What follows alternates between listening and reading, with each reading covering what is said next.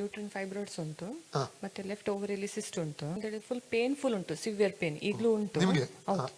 ಮತ್ತೆ ಪುನಃ ಕೂಡ ಪೆಲ್ವಿಕ್ ಏರಿಯಾದಲ್ಲಿ ಪೇನ್ ಬರುತ್ತೆ, ಮತ್ತೆ ಸ್ವಲ್ಪ ಮೆನಿಸ್ಟ್ರೇಷನ್ ಪ್ರಾಬ್ಲಮ್ಸ್ ಇದೆ ಸರ್. Okay okay. ಕರ್ತನೆ, ಈ ಸಹೋದರಿ ಪೂರ್ಣಿಮಾ ಅವರಿಗೆ ಪ್ರಾರ್ಥಿಸ್ತೇನೆ. ಕರ್ತನೆ, ಗರ್ಭಕೋಶದ ಗಡ್ಡೆ ಅದು ಕರ್ರಗಲಿ, ಅದು ಕರ್ರಗೆ ಹೋಗಲಿ, ಇರ ಕುಡುತ್ತರಿಗೆ ಬರಕೂಡದು ಸ್ವಾಮಿ.